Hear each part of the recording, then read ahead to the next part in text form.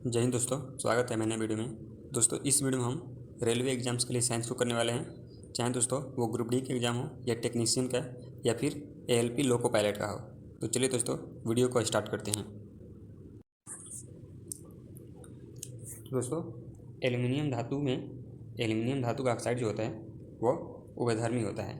Aluminium धातु का oxide वो है धर्मी ऑक्साइड होता है, क्योंकि दोस्तों एल्युमिनियम ऑक्साइड जो होता है वो अम्ल एवं क्षार दोनों के रूप में कार्य करता है। साथ ही दोस्तों जिंक ऑक्साइड भी उभयधर्मी ऑक्साइड होता है, जो कि अम्ल एवं क्षार दोनों की तरह कार्य करता है। आगे दिया है 6 इलेक्ट्रॉनों की संख्या N2 आबंध बनाने में भाग लेते हैं। दोस्तों N2 जो अणु है उसमें जो बॉन्ड होता है उस बॉन्ड को बनाने में 6 इलेक्ट्रॉन भाग लेते हैं। इसमें प्रत्येक न्यूट्रॉन के दोस्तों तीन जो इलेक्ट्रॉन है वो भाग लेते हैं। इस तरह से 3 बॉन्ड बन जाता है। इसको ध्यान में देखिएगा, इस तरह से जो है 3 बॉन्ड बन जाता है। आगे देखते हैं। आगे दिया है कि आधुनिक आवर्त सारणी में समान वर्ग के तत्वों में समान संयोजी इलेक्ट्रॉन होता है। दोस्तों आधुनिक आवर्त सारणी में समान वर्ग के तत्वों में समान संयोजी इलेक्ट्रॉन होता है। साथ ही दोस्तों आधुनिक आवर्त सारणी को मोसले ने दिया था, जो कि आधुनिक आवर्त सारणी जो है ये परमाणु संख्या पर आधारित है। आगे दिया है ऑक्सीकरण अभिक्रिया जो गर्मी और प्रकाश पैदा करती है दहन कहलाता है। दोस्तों दहन जो होता है वो एक प्रकार का ऑक्सीकरण अभिक्रिया होता है, क्योंकि दोस्तों कोई भी पदार्थ जो होता है वो ऑक्सीजन की उपस्थिति में चलाया जाता है। आगे दिया है एक कंडक्टर का प्रतिरोध सीधे लंबाई के अनुपातिक होता है। दोस्तों कंडक्टर जो प्रतिरोध होता है वो लंबाई के सीधे जो है वो अनुपातिक होता है। यदि दोस्तों लंबाई बढ़ाया जाए तो प्रतिरोध भी बढ़ जाता है।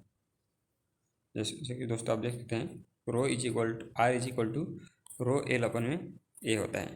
तो इस फॉर्मूले को याद रखिएगा कि आर जो होता है आर इज इक्वल टू रो, इसको रो बोला जाता है, इंटू एल अपन में ए होता है। जहाँ पर आर जो है यहाँ पर आर जो है दोस्तों वो प्रतिरोध है और एल जो है ये चालक तार की लंबाई है और ए जो है ये अनुप्रस्थ काट का क्षेत्रफल है। आगे दिया है एल्युमिनियम धातु केवल विद्युत अपघटन द्वारा निकाला जाता है। एल्युमिनियम धातु दोस्तों केवल विद्युत अपघटन के द्वारा निकाला जाता है।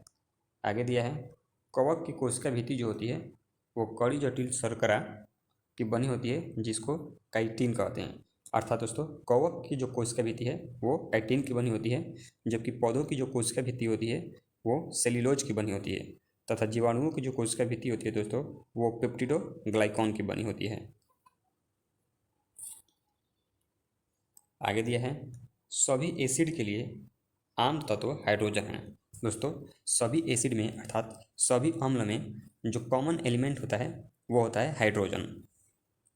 आगे दिया हुआ है पानी का क्वथनांक बिंदु 100 डिग्री सेल्सियस होता है। इसको 100 कर लिया जाए दोस्तों। पानी का जो क्वथनांक बिंदु होता है वो 100 डिग्री सेल्सियस होता है, जबकि हिमांक बिंदु दोस्तों वो 0 डिग्री सेल्सियस होता है। हिमांक बिंदु दोस्तों 0 डिग्री सेल्सियस होता है, तो इसको आप सुधार लीजिएगा। रड और कोन ये आँखों में पाए जाते हैं। रड और कोन दोस्तों ये आँखों में रेटिना के पास होते हैं, वो पाए जाते हैं। आगे दिया है स्क्लेरन काइमा ऊतक में कठोर कोशिका भित्ति पाई जाती है। दोस्तों स्क्लेरन काइमा ऊतक में कठोर कोशिका भित्ति जो है पाई जाती है।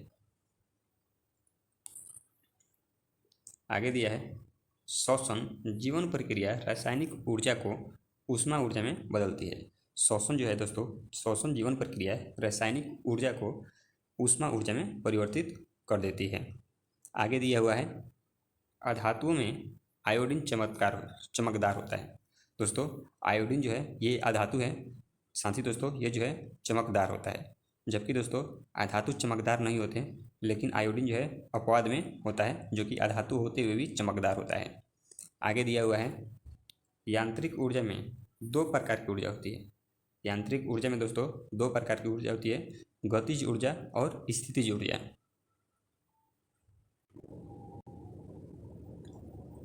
आगे दिया है दोस्तों पानी यानी कि H2O के सापेक्ष आणविक द्रव्यमान 18 U होता है।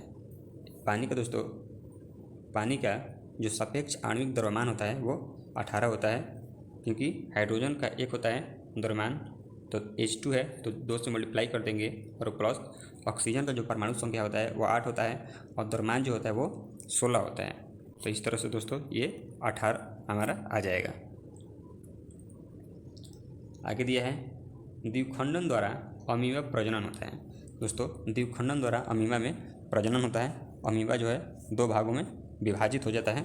इस तरह से इसके संतति जो है संतति का निर्माण होता है। आगे दिया है टेंडन मांसपेशियों को हड्डियों से जोड़ता है। दोस्तों मांसपेशियों से हड्डियों को जोड़ने का काम कौन करता है? तो टेंडन करता है। जबकि दोस्तों हड्डियों को हड्डियों से जोड़ने का काम लिगामेंट करता है। इसको भी ध्यान में रखिएगा। आगे दिया है आधुनिक आवर्त सारणी में 6 उपधातुएं हैं। जो आधुनिक आवर्त सारणी है दोस्तों जो कि मोसले के द्वारा दी गई है, इसमें 6 जो है उपधातुएं हैं। जैसे दोस्तों सिलिकॉन जो है, सिलिकॉन, जर्मेनियम, ये सब जो है ये उपधातु हैं। तो इसको ध्यान में रखिएगा। सिलिकॉन जो है एक महत्वपूर्ण उपधातु है जिसका प्रयोग दोस्तों चिप बनाने में भी किया जाता है। आगे दिया है पुरस्थ ग्रंथि से होने वाला स्राव मूत्र मार्ग में प्रवेश करता है। पुरस्थ ग्रंथि से दोस्तों होने वाला स्राव मूत्र मार्ग में प्रवेश करता है। आगे है अधिचर्म प्रकार की कोशिका से त्वचा बनी है। अधिचर्म प्रकार की जो कोशिका है दोस्तों उसके द्वारा ही त्वचा जो है बनी है। दोस्तों आगे दिया है ऑक्जेलिक एसिड जो है वो एक प्राकृतिक स्रोत टमाटर है। ऑक्जेलिक एसिड का एक प्राकृतिक स्रोत टमाटर है, अर्थात टमाटर में ऑक्जेलिक एसिड यानी कि ऑक्जेलिक एसिड जो है पाया जाता है। आगे दिया है उत्प्लावन बल का परिमाण तरल के घनत्व पर निर्भर करता है। उत्प्लावन बल का जो परिमाण है दोस्तों वो तरल के घनत्व पर निर्भर करता है कि तरल जो है जो द्रव पदार्थ है उसका घनत्व कितना है। आगे दिया है एक सोलर सेल सिलिकॉन से बना होता है। एक सोलर सेल दोस्तों वो सिलिकॉन से बना होता है। आगे दिया है मैग्नीशियम क्लोराइड में जल विलय होता है। मैग्नीशियम क्लोराइड में दोस्तों जल जो है वो विलय होता है।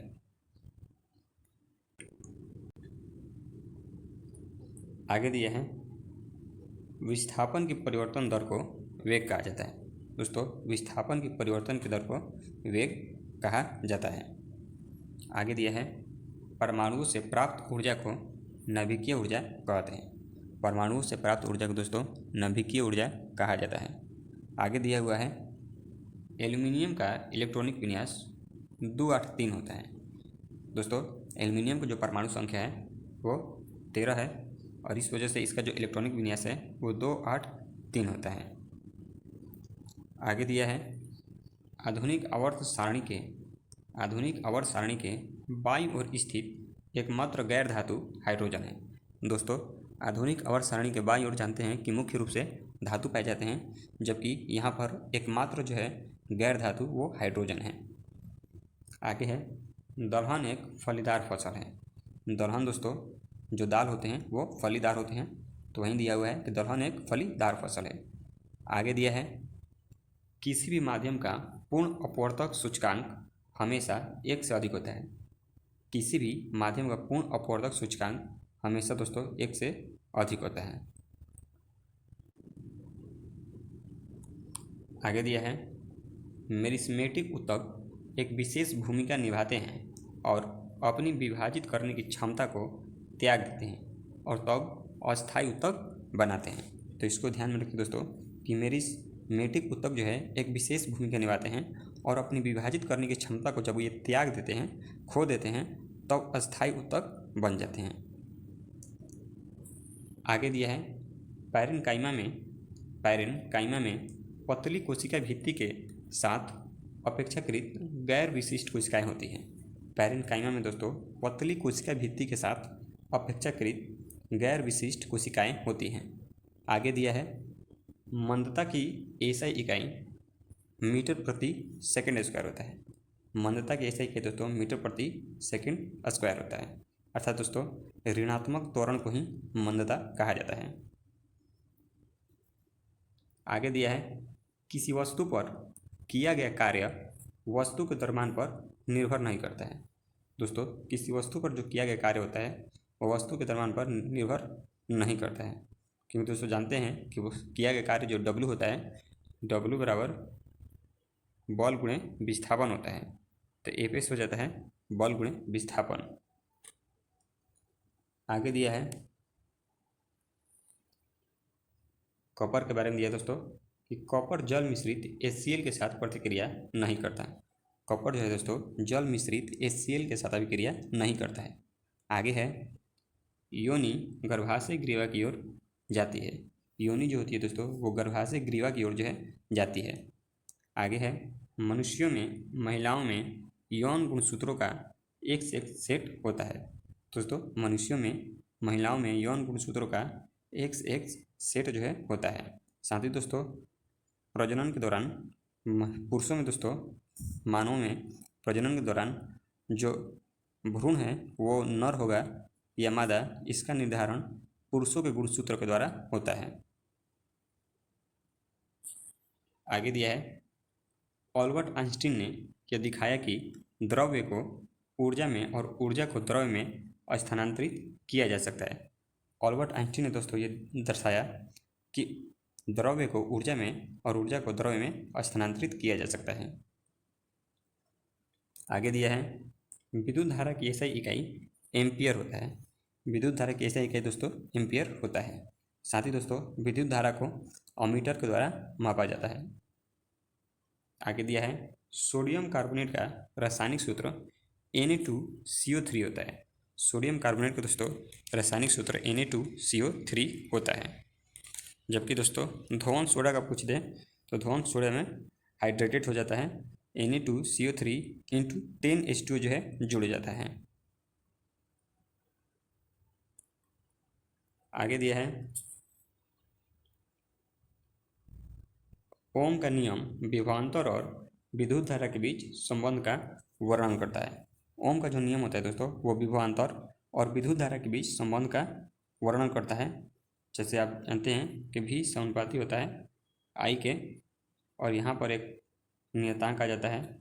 जब बराबर का साइन आता है तो यहाँ पर एक नियतांक आ जाता है R, जो कि प्रतिरोध होता है।